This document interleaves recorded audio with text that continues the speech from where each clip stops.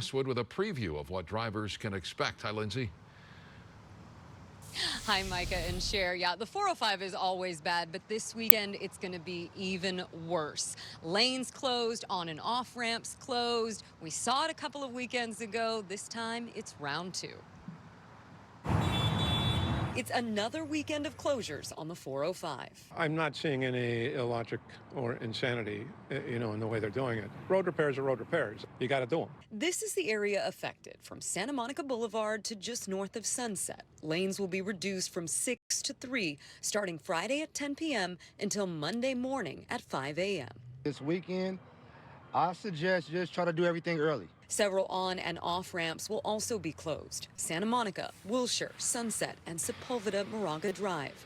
Caltrans says this is all part of a nearly $144 million project that started earlier this year and isn't expected to wrap up until at least 2028. Really, this is just to replace the pavement. It's going to help improve mobility and safety along this really important corridor. Signs are posted along the 405, and Caltrans says they're trying to get the word out as best they can so people can plan ahead. I think the biggest thing that we want motorists to know is really just to avoid this area of the 405 during these weekends if you can. But if you must, it's important to give yourself plenty of extra time, as in even more than you usually have to plan for in LA. And if you do absolutely have to go through the area, bring your patience, expect some delays. If you are planning on going to LAX this weekend or you have a flight, check the Caltrans quick map that will have all of our up-to-date road conditions and lane reductions on there. Caltrans says we can expect around 25 of these weekend closures in the coming weeks, months, and years ahead. The next one is scheduled for September 19th. That's the latest from Westwood. Lindsay Pena, KTLA 5 News. Back to you guys in the studio. All right, Lindsay, thank you. A huge heist in the South Bay where burglars break into a jewelry store over the long Labor Day weekend, stealing millions of dollars in merchandise. But one of the crooks made a mistake, accidentally tunneling through the wall of a nearby business, showing his face and cutting his hand in the process. Detectives reportedly collected that blood sample to help identify the burglars. Students at the OC School of the Arts in Santa Ana took part in a nationwide protest calling for stricter gun laws to prevent school shootings. Hundreds gathered, demanding an end to school gun violence. The students marched from the OCSA campus to the old OC courthouse, where they performed a student-written play to call for change. The protest is part of a wider movement pressuring legislators to do more to protect school children. A Riverside High School student has tested positive for tuberculosis. Public health officials say the student, who attends Indio High School, is receiving treatment. Students, staff, and families have been notified of potential contact, with testing offered to those potentially exposed. Active TB cases can lead to persistent cough, fever, night sweats, and unexplained weight loss. An undocumented immigrant who lives in South LA has pleaded not guilty to federal charges alleging she fabricated a story that she was kidnapped by masked immigration officers. Yuriana Julia Palaez Calderon is charged with conspiracy and making false statements to federal officers. The U.S. Attorney's Office says the story was designed to malign federal immigration enforcement efforts. If convicted, Calderon faces up to 10 years in federal prison.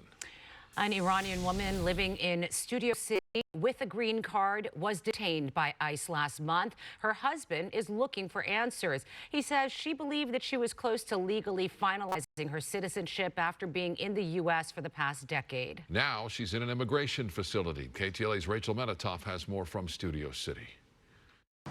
Hi, good evening. Sean, the woman's husband, has a lawyer but says it's a very difficult and bureaucratic process.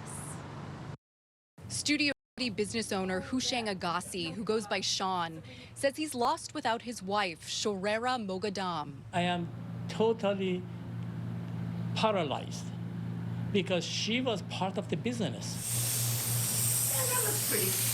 The couple are the co-owners of Elegant Balloon in Studio City. Husband and wife are originally from Iran. Shorera, a green card holder, has been in the States for 10 years and had recently passed her citizenship test. Her husband says she was summoned to a local immigration office at the beginning of August, where she thought she was going to take the naturalization oath of allegiance and solidify her citizenship.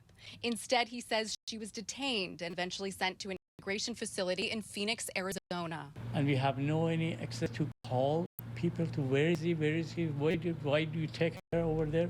Sean says he still can't understand the reason why. He says his wife has no criminal record. ICE disputes this in published reports saying Mogadam had a criminal record, including convictions in 2 thefts. They say she had a clear disregard for U.S. laws and was subject to removal. Sean fears his wife will be deported to Iran, where she faces religious persecution as a member of the Baha'i faith. The next immigration hearing is on September 12th. Sean doesn't know exactly what it will entail, but is hoping to get some more clarity. In Studio City, I'm Rachel Menitoff, KTLA 5 News. Back to you. Forward progress has been stopped on the so-called Cottonwood fire burning in Simi Valley.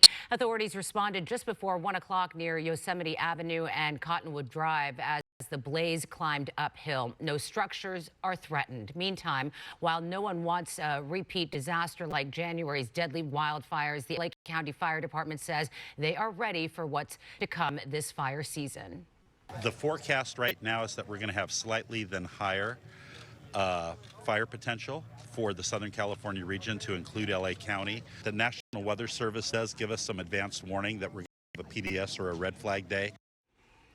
LAFD says residents play a crucial role in keeping informed on the status of wildfire threats to their communities. Remember, have an evacuation plan in place before a disaster strikes. President Trump has signed an order to rebrand the Department of Defense the Department of War. That title was used until 1949, when the Defense Department was chosen to signal the U.S. was focused on preventing wars. The order is primarily cosmetic. A formal change requires an act of Congress.